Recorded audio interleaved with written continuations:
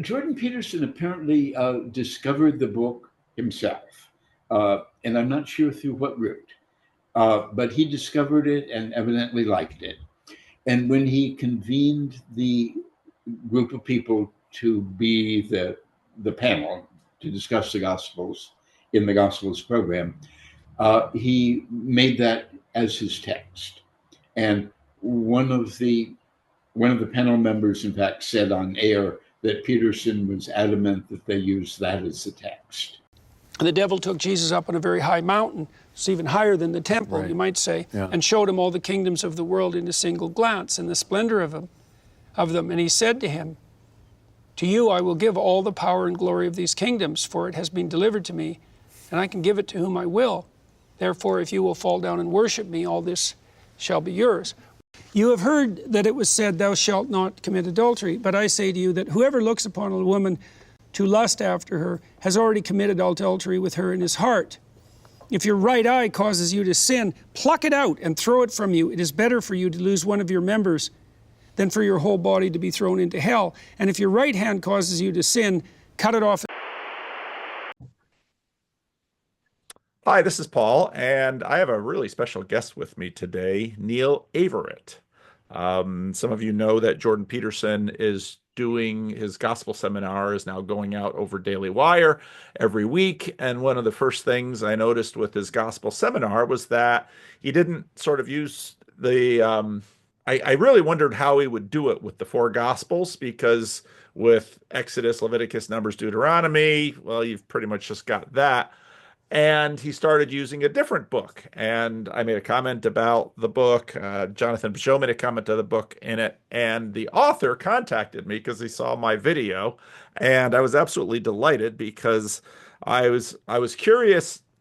I'm probably more curious about the person who wrote the book than the book itself, which maybe an author doesn't like to hear, but I tend to be that way with authors. So thank you so much, Neil, for reaching out and being willing to do this. It is my pleasure.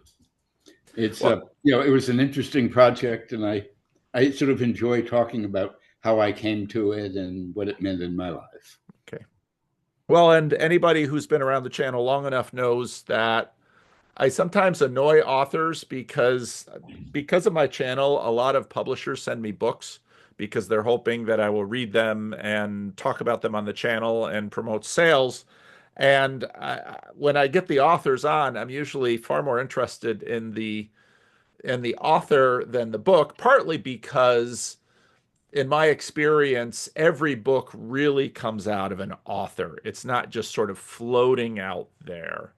And this morning, actually, I was going through your book and thinking, oh, this is really interesting. I'm really excited to talk about this. So, well, I always begin by asking the person that I'm talking to, tell me a little bit about the home you grew up in. Yes. I grew up with two parents who were both geologists, worked for the U.S. Geological Survey, a branch of the Interior Department. And they were scientists, and their parents were scientists also. So there were two generations of scientists before me. And they were not religious. They were open-minded people. They were kindly people. They weren't hostile toward religion in any way, but it wasn't a part of their lives either. So I grew up in a secular household, and that background, as we may discuss later on, had a lot to do with what brought me to the Gospel Project in the first place. A couple of examples will give you a sense of how intensely secular my childhood had been. My parents thought that my sister and I should be exposed to religion. We should know in general what it was about. And they took us to a Palm Sunday service once, and I saw children my own age, who were some of them classmates of mine in elementary school, waving palm fronds. But I had no idea what that meant. Why are they waving palm fronds? What does that have to do with Christianity? And then on another occasion, an elderly, well-meaning relative who thought I'd not been properly instructed took me aside and challenged me gently. She asked, okay, it's Easter coming up. Do you know the meaning of Easter? And I responded with a great deal of indignation that yes, indeed, of course I knew about Easter. It was when they nailed George Washington to the cross. And things only went downhill from there. So that gives you, okay, that tells you what you need to know about my religious upbringing, I think. Well, it's interesting to me about, was this in the, I don't know how old you are, was this in the 50s or so when you gave that George Washington on the cross answer? It was probably the early 50s. Okay. Which is interesting given the, of course, in the 60s, oh shoot, why his name is escaping me. A very famous sociologist wrote this piece on American civil religion, when he noted, of course, that Abraham Lincoln, in fact, was killed on Good Friday, and so there is an interesting. I often tell people that religion, that politics is now, religion is always. And Yeah. politics is cents and religion is dollars. And so I think psychologically and sociologically, there's a deep relationship between politics and religion. And so it's so interesting that of all of the people that your child, you as a child, your mind could come up with, it was Washington that was crucified. That is so fascinating. Mm-hmm. I'd Now, never thought about that, but you're right. I mean, politics comes to play a part in people's mind that religion may have played in an earlier generation, at yes. least for many people. If they drop religion, something often takes its place, and often that's politics, and that's not necessarily an improvement. Yeah. Usually it isn't. So as a child, despite your parents' efforts to give you some taste of religion, when was the first time you sort of, let's say maybe as a teenager or so, began to appreciate that there were others around you who, for whom religion was let's say, a world shaping or a world governing factor in their lives? Mm-hmm. There were a series of 3 or 4 steps on the way to that recovery, to that discovery. My childhood summers in the 50s, we spent in large part in Cedar City, Utah, which at that time was a small farming and ranching town in southern Utah, not too far from Zion Canyon. And it was a deeply Mormon area. And the Mormons are, of course, a deeply committed religious community. So I could see that around me as a child. But I didn't identify with it directly. I could just see it and appreciate it. The step that really marked the start of my interest in the area was when I was a college freshman, and I realized, gee, my religious upbringing has been sorely neglected. I should try to make up for lost time and read the Bible, or at least read the New Testament. So I went into the stacks of the college library to look for a suitable Bible to read. And there was an entire section of the stacks, a bookcase 3 or 4 feet wide and going from floor to ceiling. There was nothing but Bibles in various versions. And I picked them out and looked at them in various ways. And much to my surprise, didn't really find one that seemed to suit my purposes. Some versions were admirable, but really difficult to access, like especially the earlier versions of the King James.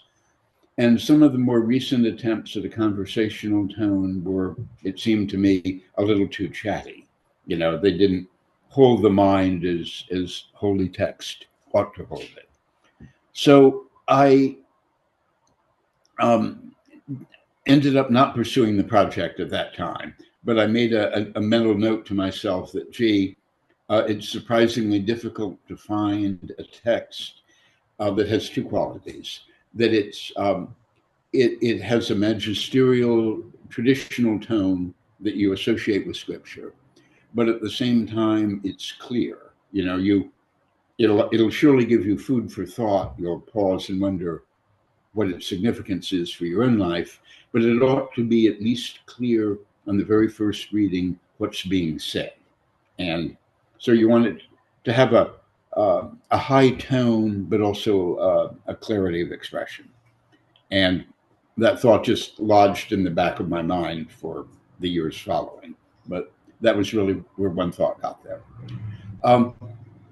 Then another step along the way came when I was taking a motorcycle trip through France. And I was in a rural Catholic section of France when I hit a bump in the pavement and flipped the bike and broke my collarbone. So I ended up being picked up by a kindly motorist and taken to a nearby hospital, which was run by an order of Catholic nuns. And I was there overnight. And when the hospital was shutting down for the night, a party of nuns went down the corridor, singing or chanting some really beautiful, otherworldly, presumably religious chant. And I thought it was lovely. And it suggested to me, really for the first time, that, oh, here is a different value system on display, which is capable of bringing meaning and peace to people's lives. And again, that was kind of a note that I made to myself and filed away. And then I guess and there were other little steps and realizations along the way, but I guess the last step in that process came about 15 years ago, when I was well in adulthood. And I went to a place in Greece called Mount Athos, which is amazingly interesting. It's literally a unit of the old Byzantine Empire. It's a monastic republic on a isolated peninsula that goes out into the Aegean about 35 miles. And it ends in a very steep, high mountain that rises directly out of the ocean to about 7,000 feet. So it's like a Christian Tibet. And I went there initially as a tourist, to see the interesting architecture of all the old medieval monasteries and to see something of the interesting life and ritual that's practiced there, which is an old form of Greek Orthodox practice. So it's doubly, triply unfamiliar to me. But, I had really kind of a revelation at that point. The community is big enough and settled enough with, centers of population and roads and people who go back and forth and communicate, church services. It's settled enough to where you can drop into it as an alternative world and have all your needs met by that world. And when I was in that world, the other outside modern world completely disappeared. And I was able to see what it was like to live in a world that was lived in the light of faith. A very different value system from that, in the world of Washington law practice that I otherwise inhabited. And I was very pleasantly surprised at how content and how happy the monks were. They were living a simple life that meant a great deal to them. And some of them would take time to talk with me. One of them had been a professor at Harvard Divinity School. And we talked a bit about various spiritual exercises that turned your mind from worldly things to other things. And I came away from that experience thinking, my word, this can be extremely meaningful. This can be extremely meaningful. I ought to go back to the project I'd had in mind for a long time and try to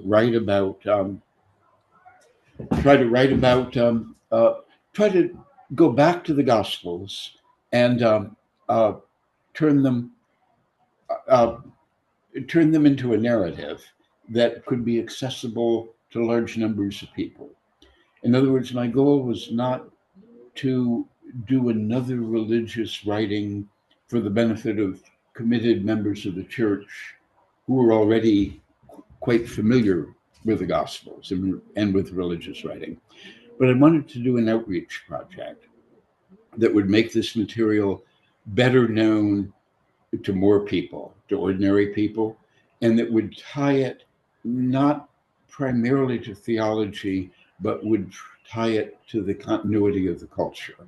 You know, what are the old references from the King James Bible that have become common features of speech? What are some of the phrases that have become familiar through particular turns of phrase that you see in popular music? Um, what are some of the erroneous phrases that people think come from the Bible, but don't really, but that are nonetheless meaningful? Uh, all these, I wanted to explore all the points in which the Gospels tied into popular culture, tied in, no, to all of the culture, high culture as well as popular culture. So that was sort of one goal. And then another goal was to tell the story in an accessible way, which means telling it as a single combined narrative that you could read from beginning to end, you know, with all of the different episodes slotted into the right place chronologically. And then when there's an episode that's covered by all four gospels, like loaves and fishes or the interview with Pilate, to mesh the words on a phrase by phrase or sometimes even a word by word basis, so that all of the material in the Gospels could be accessible on a single reading. And my experience over the years, and then crystallized by Mount Athos, suggested to me that it could be very meaningful to a lot of people. And I felt that I had needed grounding in spiritual matters. I felt I really profited from that discovery. And it was a discovery that I wanted to make more available to other people.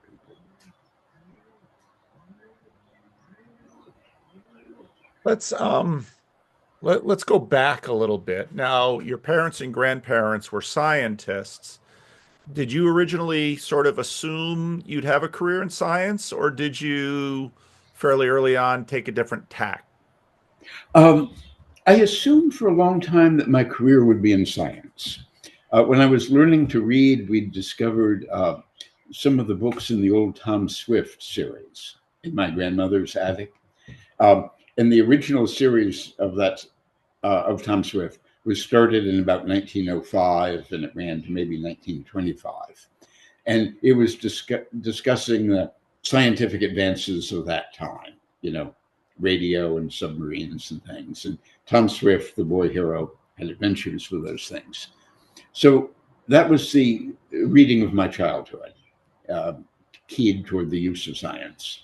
And then my parents and grandparents were scientists. So I was assuming in my grade school years that I would head in that direction also. Um, in junior high school, we were given some aptitude tests, designed to give you a sense of what careers you ought to think about. And I scored high in two areas. One of them was science, which was no surprise. And then the other was in English and writing, which I wasn't really anticipating. But that kind of keyed that up for me as something to think about. And so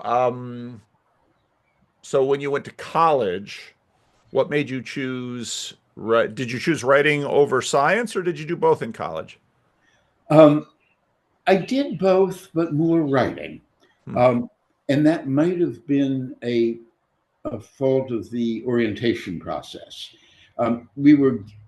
My college had some distribution requirements. You had to have so many courses in the sciences and so many in humanities and so many in English and so on. But it was possible to test out of those requirements by demonstrating an aptitude coming in. And in fact, I tested out of most of the science requirements. So I didn't have that nudge to take science courses. And had that not happened, had I taken the science courses, everything might have been different, But I used the time available to take courses that tilted more toward history and literature. and sort of things moved in that direction. People who become lawyers tend not to be good scientists. This is why patent lawyers make so much money, because they have a very rare combination of skills. Oh. I am not a patent lawyer. Well, did you go to law school right after college? And what was that decision like? It wasn't right afterward. I took a year off, a year in between, and went and got a master's degree at the London School of Economics in international relations, and actually, in particular, in strategic studies, which was a field that kind of meshes international relations with military strategy. It's sort of it's kind of international relations is seen through a hard power lens rather than as being seen through the lens of soft power and diplomacy and cultural influence. And so I got a quick 1-year master's in that. And that's about the ultimate worldly course, if you know what I mean. And from that point, there's nowhere to go except to develop more humane inclinations. So, came back and went to law school after that, and began to think about, again, the Gospels were just in the very back of my mind at this, on the basis of my experience in the freshman year library, for example. Yeah. Hadn't gone to Mount Athos yet. Yeah. But I did look around my law school world, and I was thinking to myself, this is all very good law, a very developed judicial system, but it's not building a sense of community. It's not building a sense of kinship among people. And that's too bad, because a country operates best when there are some minimum levels of contact and trust among all people. And law seemed to be developing, encouraging people to look out for number one, to pursue interests that tended to come at the expense of someone else. And, obviously people will pursue their advantage within the framework to the extent the law permits, but the law ought to be there to limit and guide and channel those sort of ambitions into ways that are also socially beneficial. So I wasn't really thinking about religion at that point, but I was thinking about the failure in the sense of community, that the country seemed to be on a wrong course in the early 1970s when I was in law school. It seemed to be on a course that would lead to social division. And it was different from the course I'd seen in the sociology I'd seen in some other European countries when I was traveling on that ill-fated motorcycle trip, for example. I noticed that in Germany, there is that sense of community, that in a restaurant or a beer garden, you will see a full cross-section of the community, workmen and bankers. And they're not merely sharing the space, but they're interacting with each other. They recognize each other as sort of all members of the community. And you get that still in small towns in this country, but it's becoming in short supply. And eventually that sense developed in law school is one of the things that prompted not just the Gospel Project, but the particular approach that I took to the project, which is to do a version of the Gospels that would be clear, accessible to the people who are presently unchurched, and that would be grounded in the general culture. It would try to show how the Gospels, how our culture is rooted in the Gospels, how the Gospels interact with the culture, and why all of this is relevant to all people. Now, from law school until Mount Athos, you lived a life. You had a career. You did marriage, family. Did you do that? Did all of that. I had been married before and divorced, but left with three very nice children as a result of that. Wonderful. Then I remarried. I met my current wife about 20 years ago, 22 years ago. And she was a reporter with the Washington Post. And as part of that work, she had contact with the Greek embassy in Washington on some issue that was current. And so she had a fairly good friend in the press office there. And I mentioned to her that I had heard about Mount Athos and wanted to go there. And she said, aha, I have a connection that might make it possible to do that. Because Mount Athos kind of cherishes its isolation, and they don't make it easy to visit. And with a letter of introduction from the embassy, it became easier to do that. So my life in between sort of helped me make that connection in the shift over to Mount Athos. Another thing in the life in between was I came more and more to feel that the sense of community in the country was eroding, sense of local community, also a sense of national community. We weren't at that time at the stage we are now, with sort of two national tribes, as we've seen in the recent election. But you could see things sort of moving in that direction. And that seemed regrettable. It also seemed to me that although there's a tendency in the culture, I think, to break into tribes, there's also a huge amount of shared culture out there on the basis of which one could build a sense of national community that would cross party lines. And that hasn't really been done, in part because the political parties want to pitch to their own bases. But I love driving cross country, and so does my wife. And we've done that many times.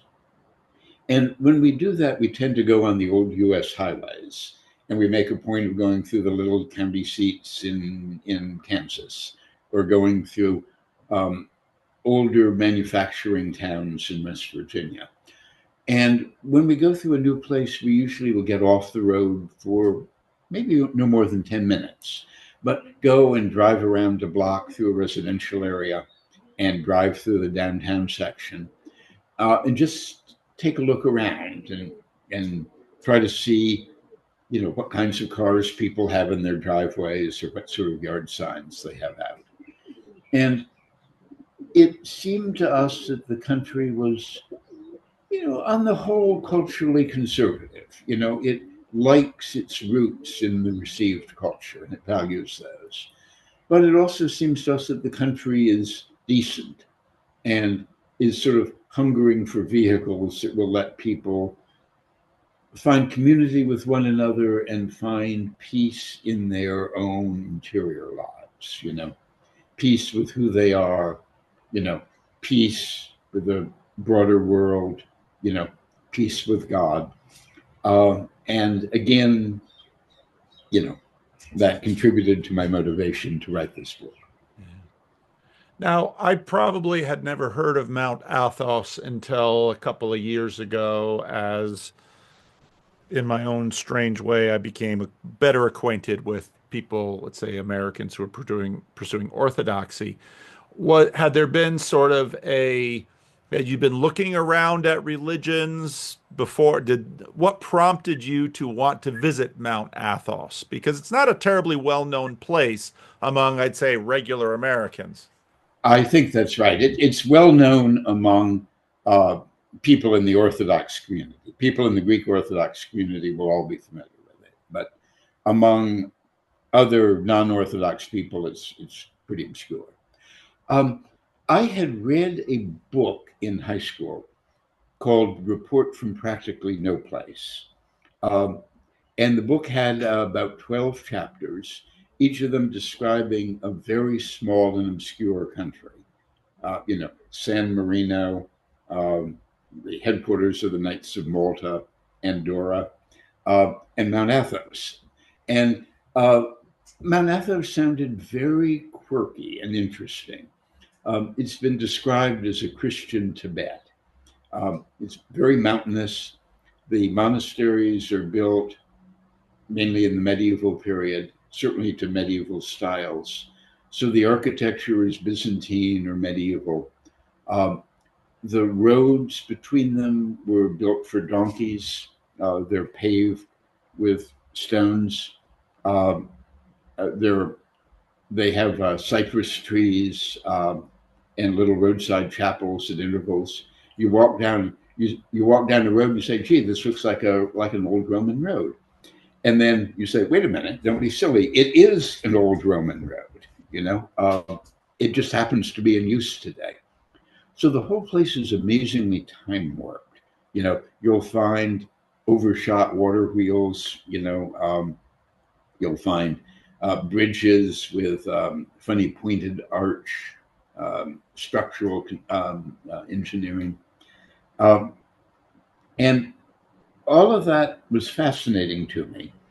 And as I read the book in high school and formed a desire to go there, it was a secular desire. It wasn't particularly a religious pursuit. I was aware religion was involved in it, but it was mainly a chance to visit a place that mysteriously, inexplicably dropped through a time warp.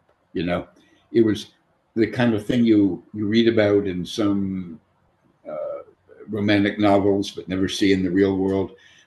An actual place that somehow had been so completely bypassed by progress that the old ways were still in full force there. And Mount Athos is such a place. As I think I said in the introduction to the book, it's like being dropped down on Mars. If you go there, it's just totally unfamiliar environment. And that was what took me there initially.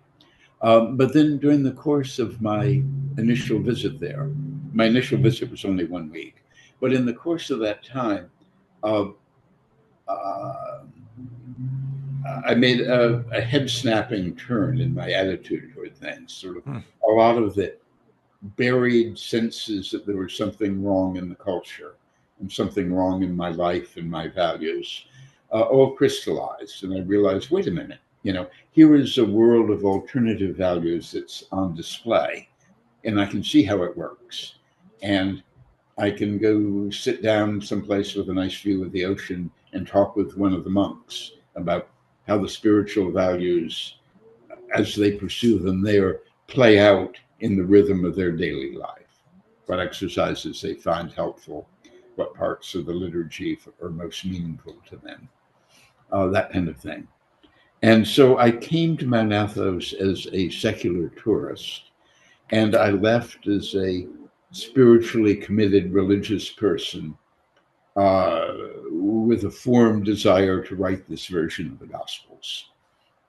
So it sounds like it was fairly direct in terms of this was an idea that you came away with as a result of Mount Athos and not just another.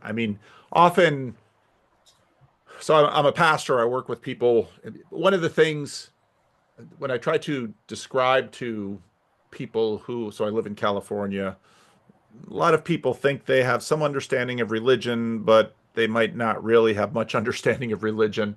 One of the ways that I sort of liken what pastors do is they help people curate their stories, help people sort of look back at their story and say, okay, well, what's going on here and what was going on there? And, you can see I'm doing some of that through our conversation. So it sounds like your stay at Mount Athos really provoked something in you, and that was very directly connected to this book. Yes, that was a very insightful phrase you used. You help people curate their stories, and I think one of the monks that I met there played that role for me. Because it wasn't as if I just wandered into Mount Athos and suddenly from nowhere had this idea of writing a book and came away with that. Rather, the things that led to the book had been kind of percolating in the back of my mind for a long time.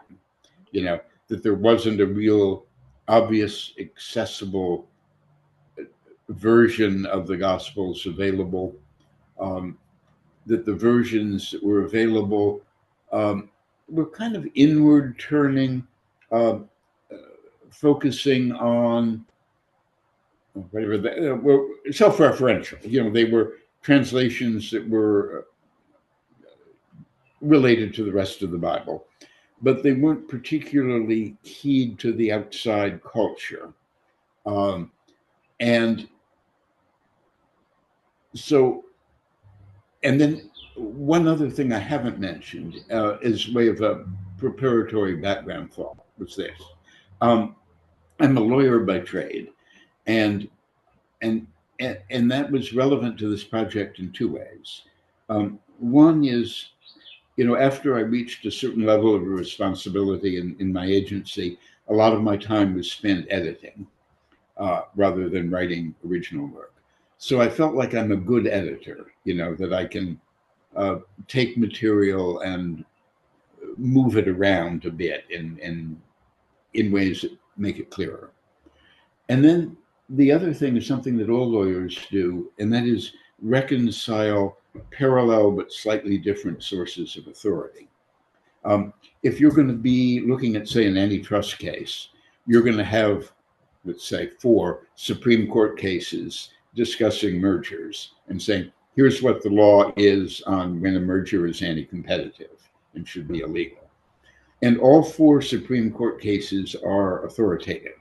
You don't get to pick and choose among them. They're all real. And so if you're trying to decide, well, okay, what's the legal standard for judging a merger that might be anti-competitive, what you have to do is merge the thinking of those 4 Supreme Court cases and say, well, what's the composite view? How does that all fit together? And so because the Bible and the translations and the clarity of the Gospels had all been in the back of my mind all along, this further thought also came into my mind, and that was, gee, as a lawyer who practices that particular art of putting together multiple authorities, that would have given me practice at putting together the words of the Gospels. Now, obviously, what you come up with at the end isn't, it's not Holy Writ anymore, because I'm going to have made mistakes doing it, but it becomes a study guide, an interpretation that readers may find helpful. So when I saw your biography and saw that you were a lawyer, that immediately caught my eye because, again, pastors and lawyers do have a degree of overlap in that language is a primary tool. And so I wasn't terrifically surprised by your legal background, but I hadn't sort of put together the say 4 Supreme Court judgments and having to synthesize that. So that's really interesting. Now, you also mentioned in the forward that along the way, somewhere you decided to learn some Greek to do this project, which also impressed me. Tell me a little bit more about that process for you. Yeah. Well, I hadn't wanted to do it because, my starting assumption was, hey, I'm an editor, I'm a lawyer. Those are the skills I bring to this task, and surely I can do something useful from that starting point. And I also realized, gee, I am not a speaker of Greek. This is not a skill I bring to the task, and I'm certainly not going to take that on if I don't have to. But I hadn't gotten very far into the project before I realized, well, oops, too bad. I'm going to have to take that on whether I want to or not, for a couple of reasons. One reason has to do with the task of assembling a continuous narrative, because your starting point there is to cut and paste, to move things around to be in the right sequence, or a right sequence, because there's always room for dispute about what the exact sequence was, but a defensible sequence, a good enough sequence. But you do that, and then you have pieces juxtaposed that weren't written to go together. And so you have funny disjointed transitions. And what I wanted, because my goal was smoothness and clarity, I wanted the transitions to work better than they would look after the first initial cut and paste. And that meant I needed to look to see if the wording could be changed. Maybe a little, just a little way, maybe changing and to but, that changes the meaning. But I realized, okay, is that a defensible change? Well, I've got to be able to go back to the Greek and see if that's defensible in context. So one reason I was sort of forced to learn some Greek was to deal with the problem of assembling a single narrative. Then the goal also was clarity. And sometimes traditional translations were a little awkward. And I wanted to know, gee, could a clearer translation be justified in terms of the original content?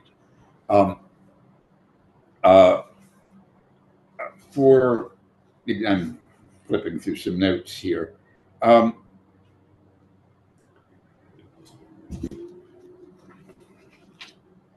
For example, when Jesus goes to John the Baptist to be baptized, John protests and says, "No, you're the person who is to come.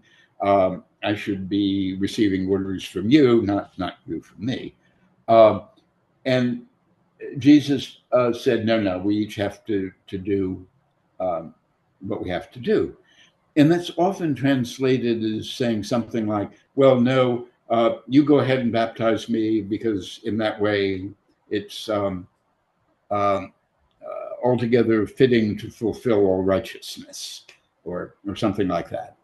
But that isn't entirely clear to me. What does that mean? And it seemed to me a better sense was, well, in this way, we each carry out the task that God has given us to do. And your task is to set this process in motion by giving me a baptism. And the question is, well, that's sort of a free translation for the sake of clarity. And the question is, well, could you justify that from the Greek and from the context? Another place where clarity, the need of clarity, came up is in how to translate words that have differing meanings. Like the word charis can mean grace or kindness, and which is the right way to use the word in a particular context. Or Parthenos can mean virgin, or it can mean young woman, and which is the right translation in a particular context. And it seemed to me that in cases like that, if you have a word that's got multiple meanings and the word is used multiple times, it makes some sense to translate it different ways on different occasions, partly suiting the context and partly also just conveying to the reader the sense that kind of both these concepts are in play, but weighted to reflect their importance in the narrative. So Parthenos I translate as virgin. I'm going to forget the exact numbers. I think I translated as virgin twice and as young woman once, to sort of suggest that both of these things are in play, but virgin is the more important meaning. And charis, I think I translate as grace twice and as kindness once. Again, to show that both the concepts are there, but the concept of grace is more important. So again, the task of clarity and conveying the meaning of the gospel account seemed to require some knowledge of Greek. Now, I don't want to oversell my competence at that task. To become really fluent in biblical Greek is probably the work of a lifetime, and I didn't do that. But, I took a year-long course that was run by the Dominicans. And that gave me a decent grounding, or enough of a grounding to be able to use the tools that are available, because there are wonderful scholarly tools available for this sort of thing. There are interlinear versions of the gospel online that will show the Greek, uh, then we'll show a brute literal English translation above that. And then we'll have links that will show you how 50 different standard translations of the Bible have rendered that particular passage. And that was hugely helpful. And the Greek that I took from my instruction was, I think, sufficient to let me make proper use of those tools. In other words, I won't claim native fluency, but I think it was good enough. It's good enough to, with the help of the tools available, it was good enough for the purpose. And then this is where the community of pastors and scholars is so important. I had the great good fortune to make the acquaintance of a number of professors of religion and theology and a number of people who were in the ministry of different denominations. And they were good enough to review the work, bit by bit as I produced it. As I produced one section, there were people who would read it for me. And if I had a particularly knotty issue, how to translate this particular word, where is the kingdom of God? Is it within us? Is it among us? What's going on there? These people would be good enough to have lunch, and could hash the issue around for, and give me the benefit of, a really well-informed opinion on those questions. Did you have any idea when you started this how contested this ground is? I mean, behind me, I have shelves of books, one good solid section on Matthew, Mark, Luke, and John. And of course, those are only the ones on my shelf. Those are the ones I bought when I was, before computers. And now on my computers, I've got even more lists of commentaries. I mean, if there is a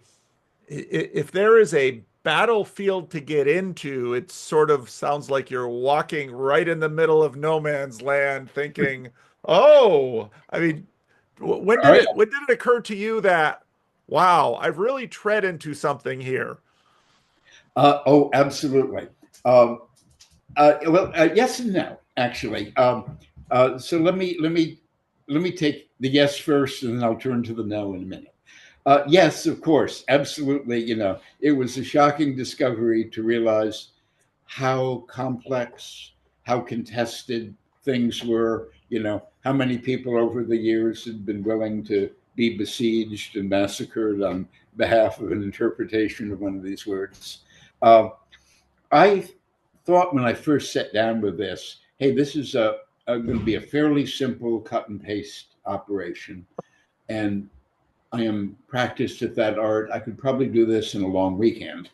And I ended up finishing it up 7 years later, and that was 7 years later when I worked on it every night after my day job. After dinner, I would go down to my study and I'd put in 2 or 3 hours and would do, one chapter of the single gospel usually. So I was just amazed to discover how many complex disputed issues there were. Was the Last Supper a Passover dinner? Well, you tell me. So that's the yes answer. Yes, I discovered it was very difficult. And it is very difficult. I'm not giving you a yes, but answer. I'm giving you an unqualified yes answer. It's very difficult, and I certainly discovered that as I went along. There is, though, another sense, and that is a no answer. And that is, there are a lot of deeply contentious issues, but for purposes of the task I set myself, it wasn't necessary to resolve all of those disputes. So there were some things where I could take a pass, and would do so in some occasions. There's some issues. So this is, and there are various techniques that let me take a pass. Sometimes if there are divergences in the gospel and the four accounts, you can resolve them just on the principle of addition. A fact provided by each gospel is accepted to be true. And if there are three facts presented by the three synoptics, they're all true, and you add them together into a sentence. So when Jesus was being baptized and came up out of the water, he was praying. He saw the heavens torn open. He saw the Spirit as a dove alighting upon him. And those are separate facts from Matthew, Mark, and Luke, but you can put them all into one sentence and arguably avoid contention. Some other cases, you don't have to resolve the dispute.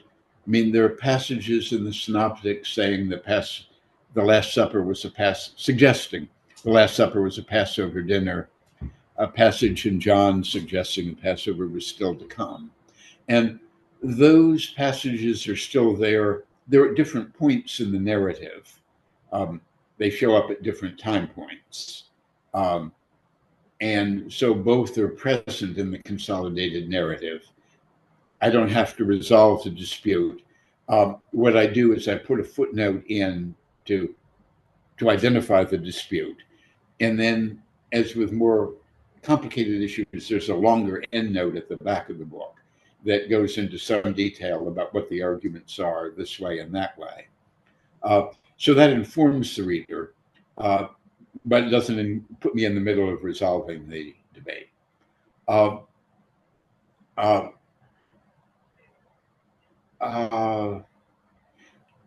And often there will be places with particularly doubtful issues where I will give my best sense of the answer, but drop a footnote in to say the issue is disputed. Here's my best sense, but my best sense is in the text, so that I want the narrative to read cleanly, so I will resolve the dispute. But on the other hand, I also want to acknowledge the different aspects of the Christian community, because I'm writing for all the Christian community. So I'll have a footnote or an endnote to acknowledge other points of view. So the question is, does Jesus's brothers and sisters, who are they? Are they later born children of Joseph and Mary? Are they children of Joseph from an earlier marriage? Or are they cousins, brothers and sisters, or are they brothers and sisters in the church? It seemed to me that the most natural reading was that they are biological brothers and sisters. And so that was the meaning that I put in the text. It seems to read best that way. But I recognize it's a contentious issue. And so I identify the other possibilities, and within reasonable limits, a position that different churches have taken on it. So this is all sort of a long way of saying, yeah, I see the difficult issues. Some of them I've tried to resolve, others I've tried to resolve provisionally, and still others I just don't try to resolve at all. Yeah. Now, how, working 7 years on something like this, what did this do for you to answer the question, who is Jesus?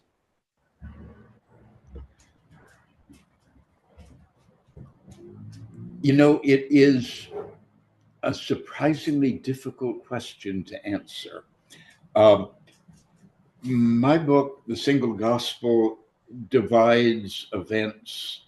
I have my own system of chapters and verses, but I have about 221 chapters. representing 221 incidents in the life of Jesus. And of those, maybe 120 will be matters where Jesus is saying or doing something that defines who he is. And one of the things I realized is he's a complicated character with many aspects to his life, his teachings. And I realized it makes it possible for different people or different churches with different points of view to select 20 incidents to say, okay, here is my interpretation of Jesus. Let me give you lots of incidents from the gospel that show you that my interpretation is right. I can give you any number, but here are 20. Here are 20 instances that will show you that his dominant character is X. And but that means you can cherry pick 20 and come up with 20 different interpretations of Jesus. Let's see. You can see, Jesus, the political agitator, was sort of the vision presented in the book Zealot a few years ago, pointing to the incident with the swords, or Jesus having the title of King of Israel. Jesus, the mild moral pacifist, Jesus, the historical figure, Jesus, the Redeemer and the Son of God, Jesus, the philosopher of life. And those things are all true, I think. Those are all elements of who he is.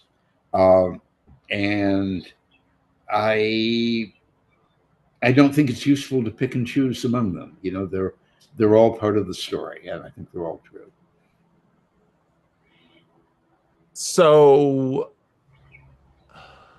do you think then, well, let me ask the question this way.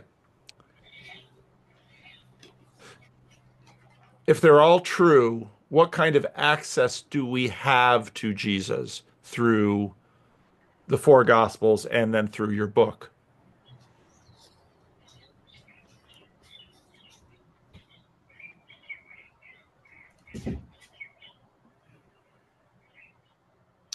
Well, we have access to all of the 120 or the 221 incidents. And there they are. They're written down. They can be read. We have access to them with the help of people in the churches for guidance. One can think about what lesson to be drawn from each of those. Then there's the question so then the question shifts, I guess, to individual access. The books, all the different versions of the Bible, including and the single gospel is a reading guide. All those versions give access to the story. And then the next question, I guess, is, well, how does the individual person assign different kinds of meaning and importance to different facets of Jesus's life? And how do you select among those and draw a portrait yourself? And as I say, I resist the notion of selection. I think this is all part of the story, all true, and we ought to pay attention to all of it. But some parts, to me, are more accessible than other parts. I can access the notion of Jesus, the Son of Man, Jesus, the human being, living and walking and teaching in Galilee. And I can take in his lessons on moral life. I also find the references to the Holy Spirit accessible and moving. I like the notion of the Spirit of God permeating all of creation, uh, all people, good and bad, talented and untalented. Um, I find that a very rewarding concept. And I think that's something I took from the visit to Mount Athos. Um, the little red lights that burn olive oil and burn in front of the icons are a wonderful way of expressing a particular view of, of God and of the Holy Spirit as something close at hand, not far away and transcendent and difficult to appreciate, but close at hand, right over your shoulder. If you turned your head quickly enough, you'd see something. Never turn your head quite quickly enough, but it's there. So those are the aspects that come away most vividly to my mind. But I don't insist on it for others. I think um, the Gospels are very rich material, and people will emphasize one part or another of the story. I would encourage them to figure all the components into their final picture, not to leave anything out completely. Different people will probably emphasize different elements, and I think that's fine.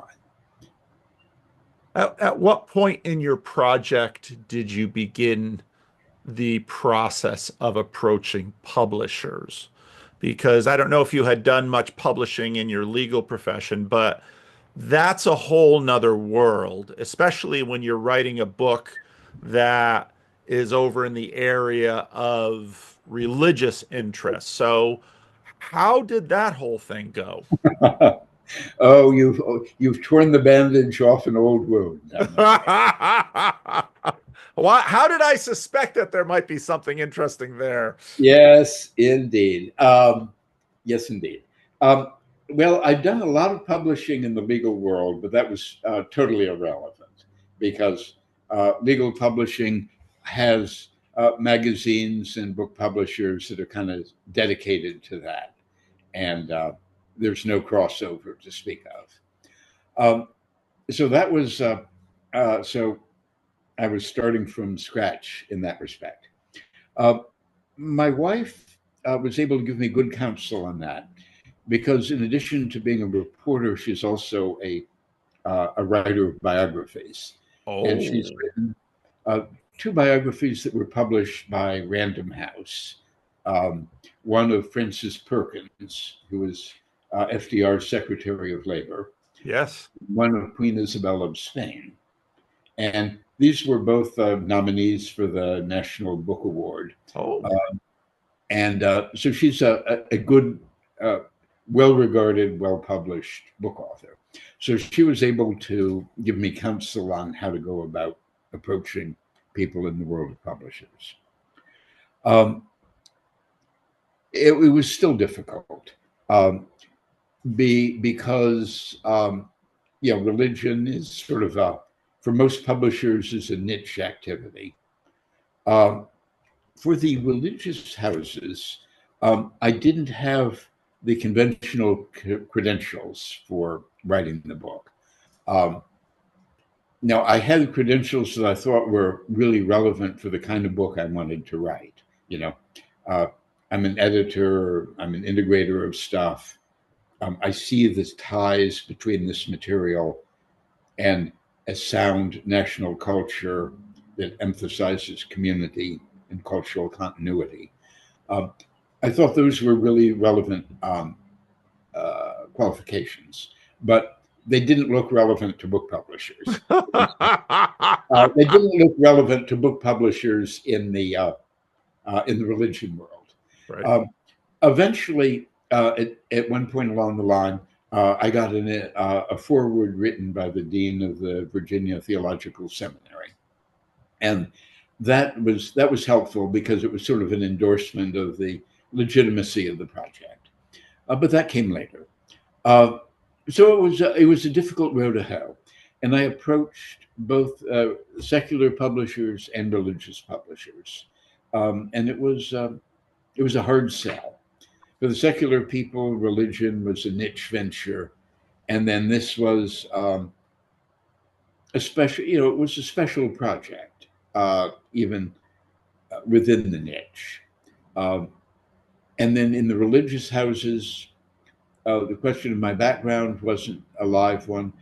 Also, my approach to the four gospels is non-traditional.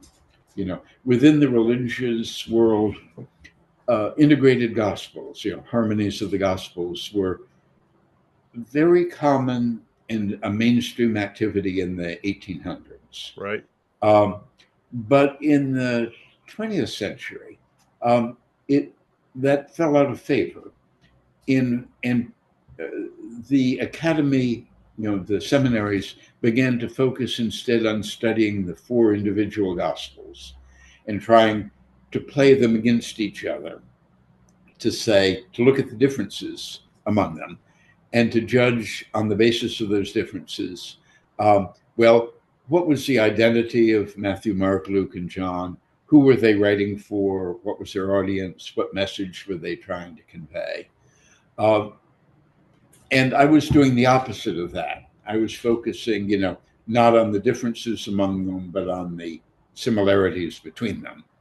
And I was trying to engineer continuity and consistency wherever possible, even if that involved compromised formulations or footnotes or other mechanisms for creating a single gospel.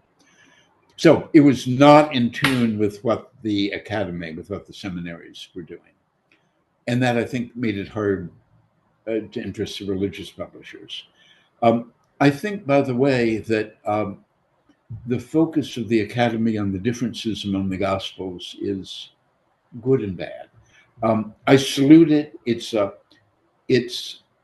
a higher order of scholarship taking on more complex questions that really need to be addressed, deserve to be addressed. But at the same time, for people coming new to the gospel material, it's almost a disservice to outreach. It's a disservice to the evangelical venture, because these are the tools and techniques that secular historians also use, looking at differences among sources. And it tends to lead to a focus on the gospel writers rather than to a focus on Jesus. And it seems to me that's fine as an exercise in advanced scholarship, but as an exercise in initial outreach, the focus really needs to be on Jesus, not on the identity of the individual gospel writers. That may come later, but that's not where you want to start. Or, in my opinion, that's not where you want to start. So, my book started from the other end. It started saying, okay, what's the portrait of Jesus we get from putting all these people together? Okay, but that did not resonate in an easy, natural way with the publishing world. Eventually, I was able to reach a very nice religious house on the West Coast called Whitford Stock. And they saw the potential here, and with reference, and I also at that point had accumulated some recommendations and letters of introduction from some of the scholars that had been consulting with me over the project. And with that package in hand, Whitford Stock took the project on. And another person who was very important in the publishing venture, I think, was a graphic designer who did the heavy lifting in terms of designing the layout of the book. The physical layout of chapter and verse. Yep. Which again makes it. I'll hold up a book here. Makes it kind of readable and accessible. Yep. Which makes it sort of readable and accessible, and looking as Scripture ought to look. And that was very helpful. And that was a part of the publishing venture I hadn't really thought about going into it, but then I realized was very important. Yeah. How did the editing go? Um, the editing went well. The editing went smoothly. The publisher uh, did not ask for many. They asked for changes. They did not ask for substantive changes. They Okay. weren't really editing my wording. Okay. And that's, I think, because this was not ultimately me writing my own prose. It was an arrangement of prose from the Gospels. But to edit that or dispute it, you know, that would be more complicated. You couldn't do the usual editorial thing of saying, this doesn't seem quite clear, that word is awkward. Um, it would, to edit it, you have to sort of go back to the original material and pull out your Greek lexicon and your concordances of how other versions of the Bible have translated that line. And so that kind of editing would be difficult. And I didn't see very much of that. I did get editing on the apparatus of the book that was sort of separate from the gospel text. The book has a lot of apparatus, footnotes, actually quite extensive endnotes that go through questions of interpretation, just if there's a concept, Yep. what kind of sacrifices were performed in the temple at the time of Jesus, for example. It's really helpful to understand that, just to know what's going on. So some of the endnotes are explanatory. Other endnotes are sort of walking people through difficult or disputed issues and saying, here are the different possibilities and points of view. Here's how I resolved it for purposes of the through narrative, but here's what other people might have to say differently. Okay, there were a lot of those endnotes. And then there were also tables that sort of let you go from Matthew, Mark, Luke, or John citation over to find the corresponding passage in this book. And all that apparatus went on for probably 100 pages or so. And the publisher was worried about the length of the apparatus. And they were continuously expressing an interest in seeing it be shorter and more economical. Was the title yours or the publisher's? Title was mine, Oh. but it was after a great deal of back and forth. It was after years and years and years of ruminating about what the right title would be. Yeah. Well, earlier you said, when you went about this project, you wanted to develop something, you wanted to tell the story in an accessible way, not just to, let's say, particular Christian tribes who read it within a tradition with a translation that tends to address their own concerns, but more broadly for the culture. Do you think, now looking back on your work, do you think you succeeded? You know, yes. I hesitate to say that because, you're tempting fate to say, well, yes, I've succeeded in what I wanted to do. That invites, all sorts of bad luck to come your way. But I think I succeeded in what I wanted to do. Hmm. Now, whether that succeeds in winning over the um, the assent of the people in my audience is harder to say. Yeah. But I think I gave decent representation to the views of churches that have strong individual views on some issues, as the Catholic Church does and the Orthodox churches do. I think I've represented those pretty fairly, and I think I provided specific references to other confessions. identifying a certain passage as being a point of departure for the Mormon Church, for example, Latter-day Saints, or other passages as being ones where churches might preserve different traditions about how the second wave of apostles was sent out, how many of them there were. So I feel like I've done as good a job as the space and my knowledge permitted of speaking to the whole range of the Christian community. Will people accept that? Will they buy it as legitimate? I think the jury is out on that. But I think I believe people accept the work as what it is. It doesn't purport to be authoritative scripture at this point. It's it's a reader's guide. It's a presentation of the gospel material rather than being the gospel material itself. And I think on that understanding, people of different confessions are willing to say, okay, this is useful. Anything that helps to get the word out is good. Anything that reaches the secular middle class that has moved away from the church and will prompt them to re-engage with religious learning, that's to the good. And I think the usual reaction even from churches that have strong points of view is this kind of presentation. It's not the last word, but it's a movement in the right direction. It's conducive to good things. It's when a writer works on a book, they have a desired outcome. When a publisher works on a book, they have their own desired outcome, which is sales. How did the book do?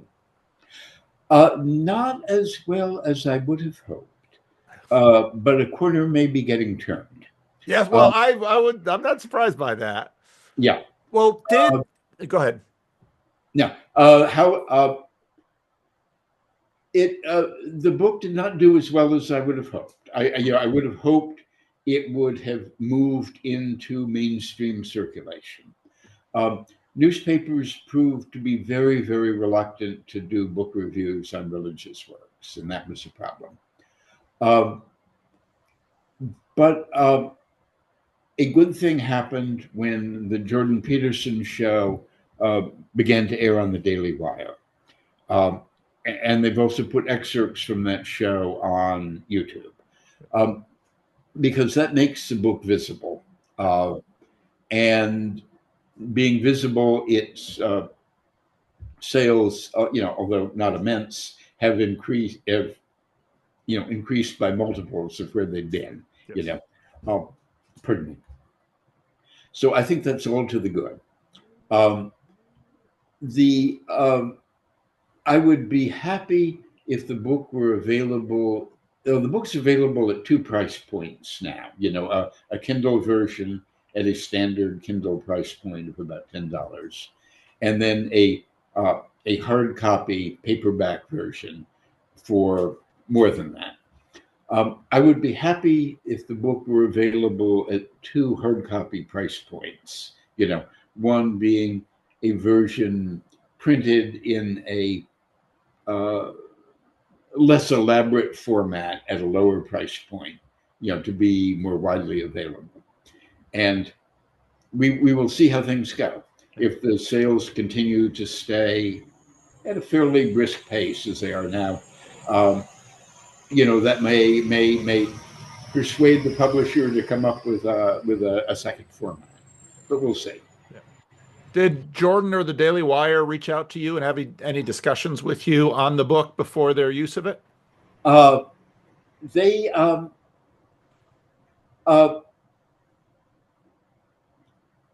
Jordan Peterson apparently discovered the book himself, and I'm not sure through what route, but he discovered it and evidently liked it.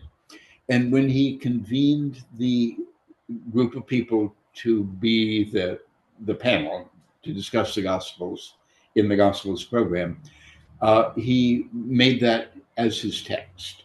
And one of the panel members, in fact, said on air that Peterson was adamant that they use that as the text, rather than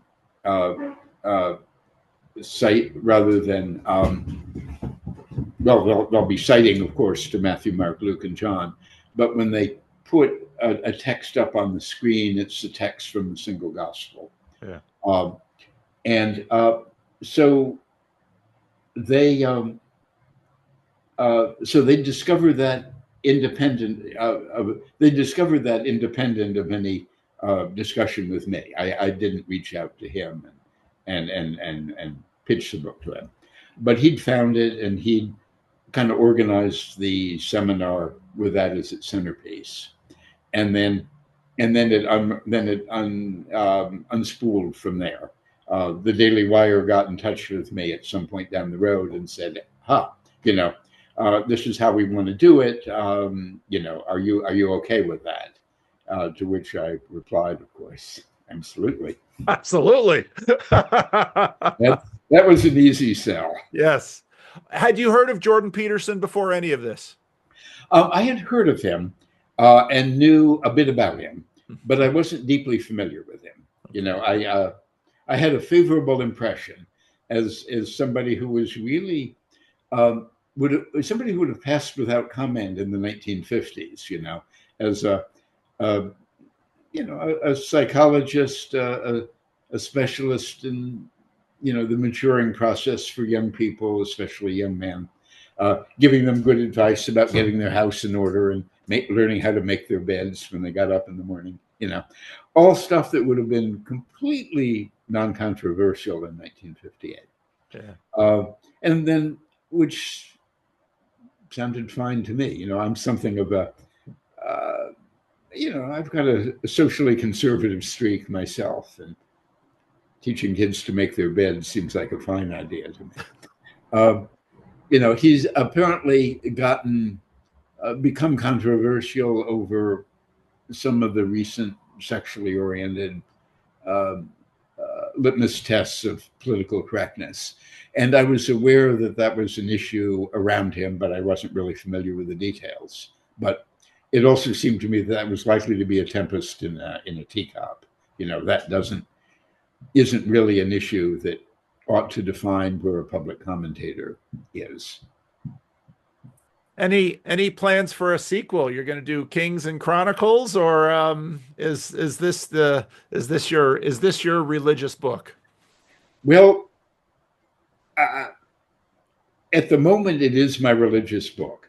I have my personal copy here, and I am writing notes in the margin whenever I have further thoughts. If I have a second thought about how to translate a particular word, people sometimes write into me and say, hey, we don't think you got the nuance quite right on this one.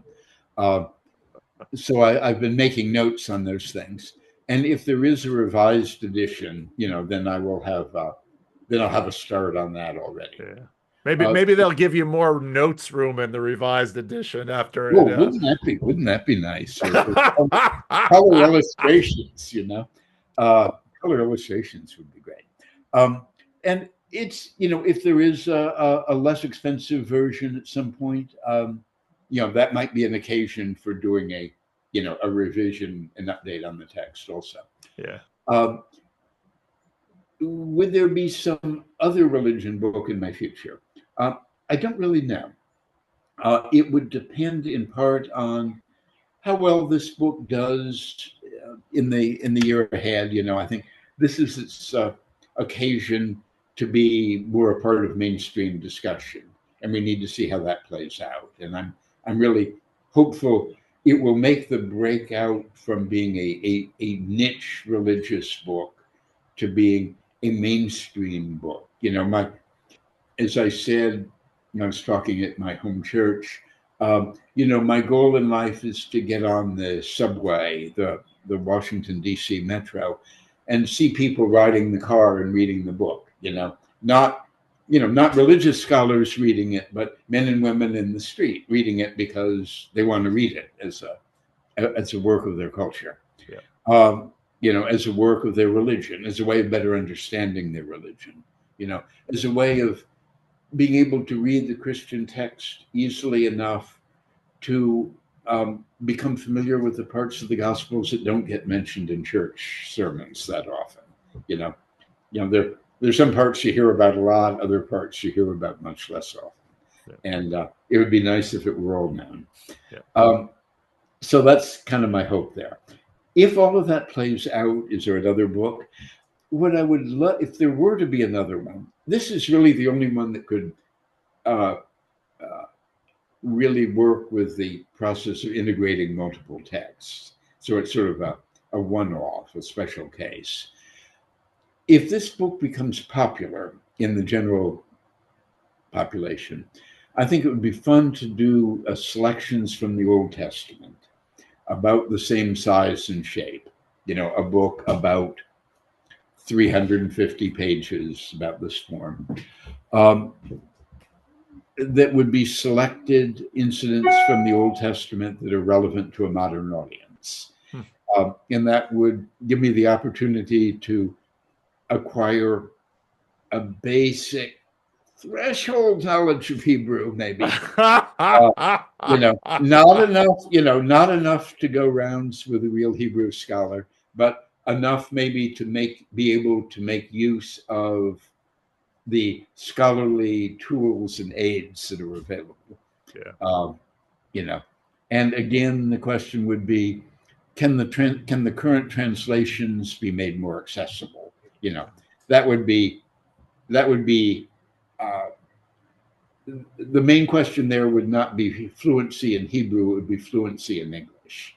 The question would be, can we make this more fluent in English, more easily understood, but in a way that's still not incorrect, that's still correct, and that's culturally rooted, that involves the parts of the Old Testament that are a living influence in our culture today. Well, do you have anything down the road?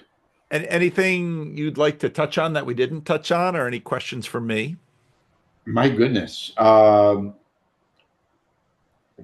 tell me what you think about the possible utility of the book for people in your congregation. Is this something that your parishioners would enjoy and profit from? That's a really good. Am I reaching my audience? Am I reaching you as the intermediary for the audience? And am I reaching the audience itself? That's a really good question. That's a really good question. Because, as a minister, I obviously am always thinking about ministers are in many ways popularizers. We have to take something that's a little bit difficult to digest and translate it into a form that people can appropriate it and take it as their own. I think you're so right in terms of the climate in terms of religious studies and of course professionally trained clergy like myself are downstream from the fads of the of the scholarship and of the scholars. And so I was quite surprised to see a harmony published. And you're exactly right. People can find many harmonies out there in public domain. And because of, some of but those also philosophically came through in terms of peak modernity, where the focus was on what happened on the ground, what would a video camera capture. And it was very interesting to me that someone from the legal profession took this on, because of course that has its own, it's difficult for normies in whatever field to appreciate the fact that many of these other fields like biblical scholarship or the church world or law, there's all sorts of things going on in those worlds that most people don't pay any attention speak to because they're most involved if, what do I do with my speeding ticket? Or, how do I get a lawyer to get me out of a jam when there's all kinds of other things going on? Yep. Part of what's difficult today is, let's say, comparable to this would be, let's say, The Chosen, which came out Mhm. on YouTube in terms of Yep. audience. Because book reading in itself right now is having hard times. Mm-hmm. Whereas Bible publishing and Bible printing sort of never goes out of fashion, but the Bible publishing houses sort of understand all of the ways, Procter and Gamble learned how to sell soap in how many different varieties. And that's exactly what Bible houses have figured out how to do. Mm-hmm. And so I remember in college, my fiance then found a chronological Bible, which she really liked. And so I think there is potentially a market for something like this. Part of the difficulty, though, is that often when someone becomes religious, they become nerdy with respect to religion. And so that's going to probably point them towards the canonical gospels as opposed to something that has been rearranged. So I don't know. Mm-hmm. Most of the people in church are sort of used to Matthew, Mark, Luke, and John. Mm-hmm. And so I can understand how your publishers wondered. I'm very interested in terms of Peterson's Peterson's take on it and him taking it up and what this will do to it. So it's an open question, but I can Mm-hmm. understand why it's a difficult sell, and I think the publishers understood that. Yep. Let me ask you about two other possible uses. You were talking about the people in your congregation. What about whether I'm reaching the audience for the people who are not in your congregation? Your college roommate, your sister, your brother-in-law, your neighbor down the street who doesn't go to church. Would this work for those people who may not easily be able to, work through Matthew, Mark, Luke, and John and put them together? Right. I think for knowing what I know about, let's say, Californians, pagan Californians, I would probably alter the title and the cover because the title and the cover look pitched to a religious audience. Yes. Yes. Mm-hmm. And I've seen in secular bookstores, part of what has happened since the discovery of, let's say, Gnostic Gospels and some of these things, publishers have figured out a way to sort of work on people's suspicion of authority and institutions. And, Yeah. here are some of the stories of Jesus that you've never heard. Mm-hmm. And that then sort of incites, let's say, post-religious people to. Yeah. So I would probably approach it more in the way that, let's say, something like The Chosen or let's say the Jesus film that came out 30 some years ago and was sort of used. I was an overseas missionary before I came back to North America. So, and even, did you read Anne Rice's um, book on Jesus? No. You should check it out. It's completely, I mean, she went on to fame with writing vampire books, Yeah. but at the point of her Christian conversion, she did a biography of Jesus, which I really enjoyed. Of course, it has no pretense to have any authority, but it was lovely in a lot of ways. She's a good writer. And so I would think that this potentially could have an audience, and I think this is probably some of what Peterson was thinking, an audience beyond Christians who are already sort of well ensconced. Mm-hmm. But I think it would take a different sort of marketing, which would present it, I think, just sort of as a biography of Jesus. And then the I think the bonus, the plus aspect of it would be yours is not only a biography of Jesus, let's say that could stand along with Anne Rice's or some of these others that are out there, but yours actually has connections to the Bible. And you've been self-conscious and meticulous about this. And that tends to be the way that popular endeavors like The Chosen and others sort of reach both a religious audience and a not terribly churched audience. Mm-hmm. And so I think with some different packaging, much more published as as you've articulated with me, as an accessible biography of Jesus, which actually takes great pains to be faithful to the best documentary sources we have of Jesus. I think something like that could go. That's interesting. Well, if who knows if there's a second edition, a second edition in a lower price point, that might be the occasion for a new cover too. Yeah, yeah. And I think, I do think because again, so before I did YouTube, I was doing blogging, I was doing writing, and people would sort of press me to do some writing. Part of the reason I didn't was I looked at my church and I thought, if I wrote a book, my mother would buy it. My church people would dutifully buy it. I've got a small church, not a large church. Usually it's pastors of mega churches that write books because you can get 5 or 10,000 sales right off the bat. But I recognize that most of the most of the people in my church don't read many books. Yeah. And so I that's think part of the reason I yes. started playing around with video.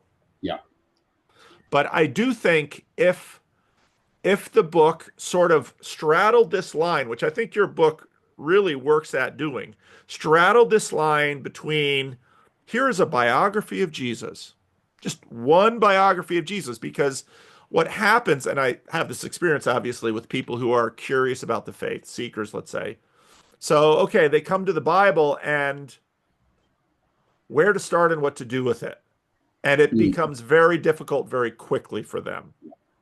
Yeah. And That was one of the audiences I was aiming for yeah. sure. And so what has happened generally in churches is people would say, well, start with the Gospel of John. And there are reasons for that because there are certain elements in the Gospel of John that people will immediately take up. But John also has these long discourses that are getting into a whole bunches of issues, and it doesn't sort of have the pacing that a lot of modern readers would want. Yeah. And because you've sort of kept it towards action and teaching, the way you've sort of done it, I think your pacing would probably be easier. But again, first it's sold as a biography. And so you've got people who are curious about Jesus and they understand the word biography. Yep. Interesting. And then someone says, who's writing a biography of Jesus?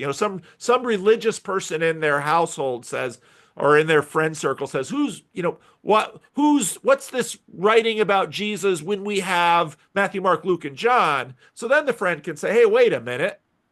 Sort of like the Jesus movie or all these other things. No, but this is taken from them and it's just rearranged and in a helpful way. I think that could go. Interesting. By the way, when I mentioned a desire for maybe a second edition and possibly a different cover, possibly a different price point to appeal to a wider audience, I don't mean to be saying bad things about the current version. I think the current edition is actually attractive. Good quality paper. I think it's a very nice book. Yeah. I like it, worth every penny. But I also see the benefit in if there's an outreach project. I also see the benefit in something that can be distributed more widely. But it's something to keep at home. Close at hand. The current one is excellent. Well, marketing and the church have an interesting relationship. I should say marketing and the churches, because some churches are basically, this is who we are, take it or leave it. And other churches are, pay attention to me, pay attention to me. So just as I knew, any, and then you see part of my interest in something like this is much more in the process that one goes through in terms of a religious transformation and what are the pieces of those, because as a pastor, that's really the focus is helping people with their transformations and then with their development of their spiritual life. So that's when I saw the book. I thought, this is interesting. It isn't a 19th century harmony, so it's a new harmony. I hadn't heard about this, but then doing a little poking around at the beginning in your story, it's like, oh, this is very interesting, because that's I got into the Peterson sphere mostly because I saw that beyond telling young men to clean their room, he was also provoking an interest in the Bible. Yes. And that's what caught my attention with Peterson, because I was seeing people walking away from church, people getting into other religions, and something changed when Jordan starts playing around with this stuff. Absolutely right. Absolutely right. Let me ask you about one other possible audience here, and that would be the clergy, people like you. There's some passages in the book that involve some of the sequencing is just moving whole blocks of text. You have the birth in Bethlehem, you have the visit of the Magi. Those are each in one of the Gospels. You put them in sequence. It doesn't really change the text much. But some other events are described in all four Gospels, and a consolidated version interleaves things, sentence by sentence, or maybe even word by word. And the story of Jesus's interview with Pilate is one of those. It was put together word by word. And I've wondered if that kind of a closely consolidated text would make an easier subject for a sermon, for ministerial remarks, than the current text would. In other words, is this something that might be useful in the pulpit for certain passages? Again, I think you're bucking up against a lot of our training and a lot of so in the 19th century, you have a lot of modernity, and they're trying to get behind the text to, let's say, events. And a lot of people are still sort of stuck in that late 19th century, early 20th century mode. What happens in biblical studies since then is basically the sort of a rediscovery of the text in terms of, the work that scripture as canon. And when I was in seminary in the 80s, the sort of the hot wave going through was recognizing the literary artistry of the text itself, which pushes against a harmony. Where churches actually do similar things to what you're doing tends to be much more, not so much in terms of homiletics, but in terms of liturgy. But the focus of liturgy is going to be more on the, for example, liturgically, well, so you've got churches with ancient liturgies like the Orthodox and the Catholic, that those cakes are baked, centuries ago. Protestants that are still developing liturgies that are looking for, let's say, okay, so we're going to do Holy Week. And what we're going to do with Holy Week is because we are dealing with increasingly an audience that is biblically illiterate. Mm-hmm. Those will be some of more, again, the same concerns that you have with your book, because now I want to get these people sort of through the events of Holy Week, but like you say, especially in terms of what's coming up to the crucifixion, well, do I take something out of John? Do I take something out of Luke? Do I take something out of Matthew? And that's where this book, where in a sense you've done a lot of this work, that could be. But the audience of liturgists is pretty small. But again, I think homiletically, most preachers are either sticking to the lectionary or are going to be using the training that they had. So, but liturgy, I think that's something where potentially someone might say, hey, right off the shelf, I could really use this to construct my services for Holy Week. Interesting. Something I'd never thought about. The architecture of a liturgy is unfamiliar topic. Yeah. Well, and the Orthodox, of course, they don't change their liturgy very quickly. Neither do the Catholics. The Protestants are a lot freer, and so Protestantism is sort of the experimental wing of the church. So they're still playing with stuff, and so but again, and in that sense, the book as marketed, I think would work, because someone who is trying to put something together, well, this would make sense for a bunch of contemporary audiences. Yeah, interesting.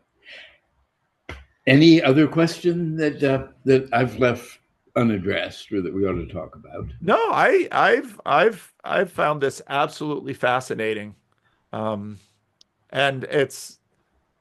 and I'm really interested to see what happens downstream from Jordan if they do with the Gospel Seminar what they did with the Exodus Seminar. It'll be behind the Daily Wire paywall for a number of months, and then sort of once they'll watch the analytics, and once that's sort of gone through, then they'll probably put it out to YouTube and the whole thing, and then it'll probably get a far broader audience. And so I think at that point, I think a lot of people will start picking it up and looking at it. So I think your publisher, I think you should call your publisher, and hopefully they know what's happening and say, when Jordan Peterson's Gospel Seminar videos hit YouTube, you're going to really want to be ready to capitalize on that market and do some real thinking marketing wise about, and so they've probably got, my guess is, well, they're releasing them weekly now. So they just released week 4. They've got 10 episodes, so 6 more weeks. They might decide to time the Gospel Seminar to, Holy Week and Lent, depending on their analytics, because it's for them, this is I'm not going to say it's merely marketing for Daily Wire, but there's certainly a concern that they have. So it's a factor, surely. But so it's definitely going to be I think most books would love to get this sort of boost and bump that you're going to get. So, the publisher might want to think about that. That's a really good thought. No, it's funny. It's a really good thought. It's also, in a sense, an alien thought, where it's a thought that's not exactly attuned to my nature on these things, because, if you're trying to get the word out, evangelism needs marketing. It is a process of marketing and getting the word out. But the priorities in my approach have always sort of remained somewhere else. Where the task that called most strongly to me was something like pulling up Bartlett's familiar quotations and going through the listing for the King James Bible, and making sure that even though I was updating a lot of things to be a little clearer than the original King James, a bunch of phrases that are familiar from the King James in a particular form of words are represented in that form of words. And then I went through lists of country and Western songs also, to see what phrases might have been in use there that people would want to see in a particular form of words. I was blind, but now I see. That's not country and Western, but a great song. And it's playing with religiously and culturally significant words has always come to me more easily than marketing has come to me. But what can you do?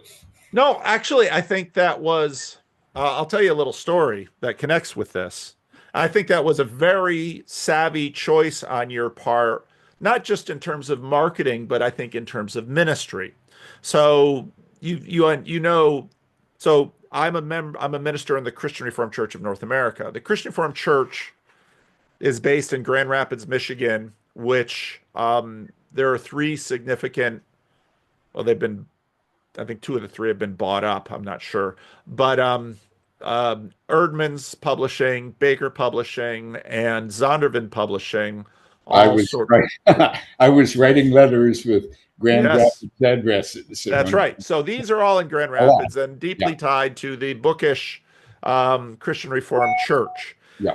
In the 70s, dissatisfaction with the state of with many of the same issues that you pointed to began the process of the development of the New International Version, which eventually would be published by Zondervan's, which would become a massive bestseller, getting Zondervan's bought out by a major world-class publisher, just because biblical sales are so extraordinarily profitable. And so the NIV, the New International Version, was at least many people in the Christian Reformed Church were a part of the launching of this project.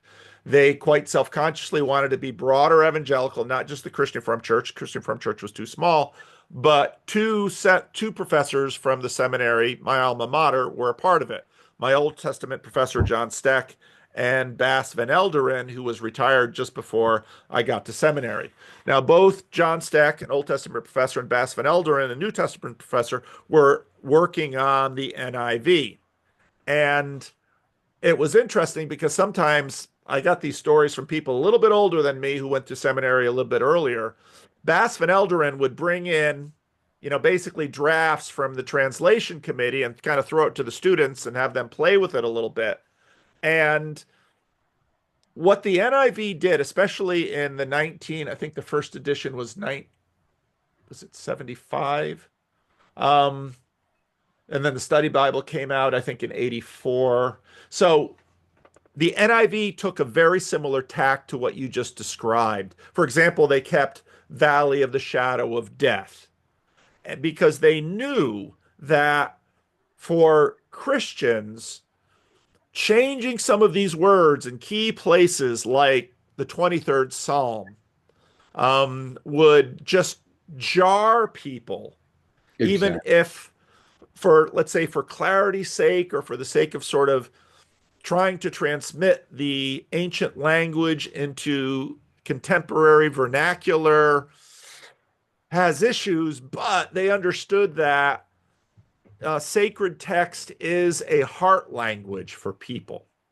Mm-hmm. And so actually, I think it was very savvy and quite wise, and I think good of you to have that kind of sensibility when you approached it. And I think, again, if you and your publisher decide to think about sort of maybe repackaging this as a biography, that would serve you well, because now, again, biblical literacy is getting successively less and less as we have the decline in American church attendance.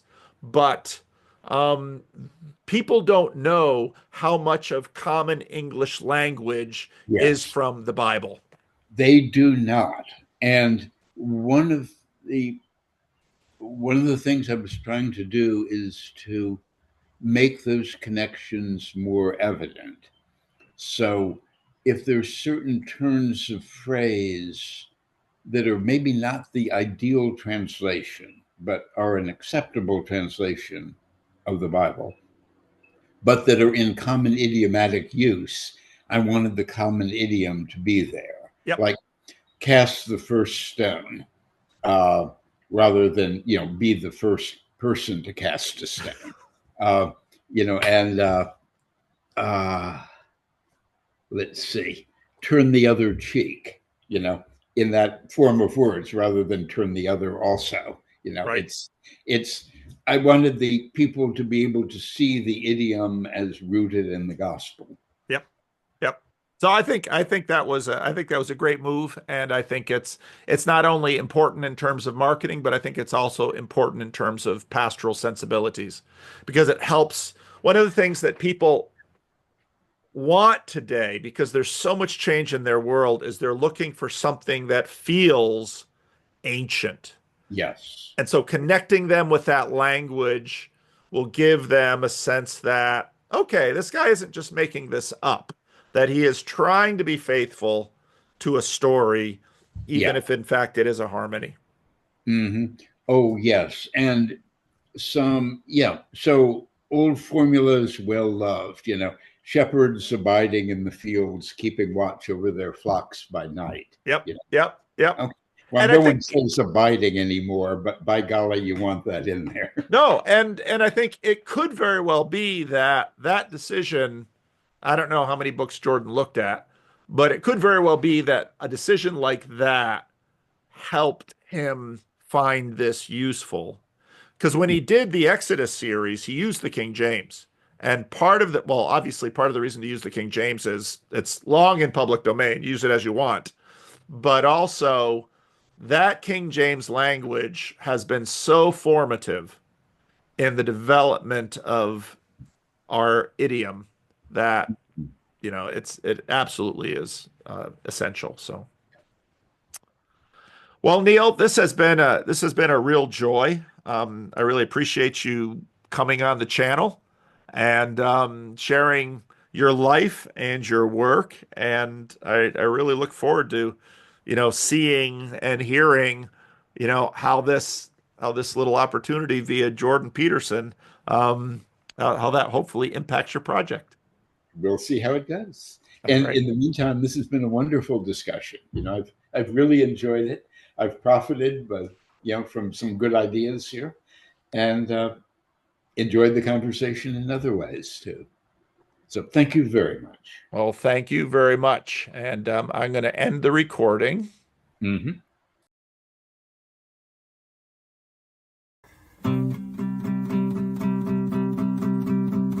Well, I don't know about the meaning crisis, left, right, black, white, or other vices, which Jesus Christ is right, or if we're all saved. From my perspective, our propositions participate procedurally, running in circles. Remember in body, we're in the age of decay. Symbolically speaking, the reapers are reaping, them damn egregores are whispering sweetly. We're all NPCs in the belly of the beast. Red pill, blue pill, bread pill, Mars Hill, or DMT, or whatever you feel.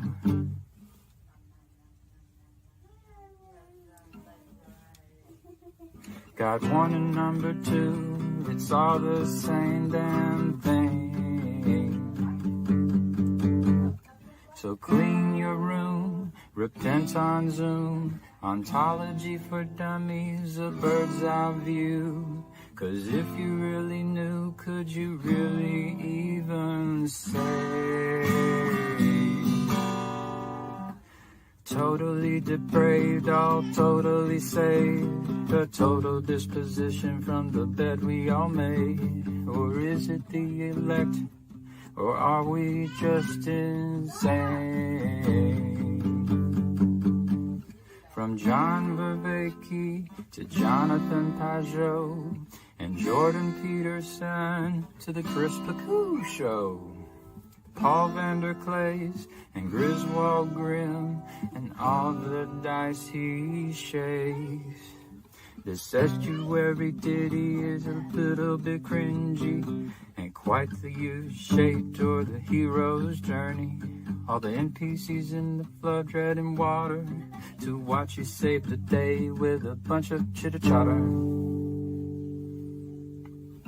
From the ortho bros to the Catholic Joes or atheistic Jobs, to Protestant folks, the Joe Schmoes and Jewish Jacobs, and everything in between.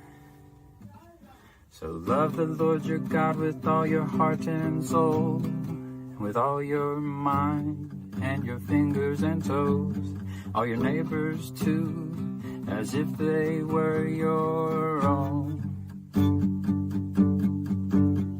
So love the Lord your God with all your heart and soul, and with all your mind and your fingers and toes, all your neighbors too, as if they were your own.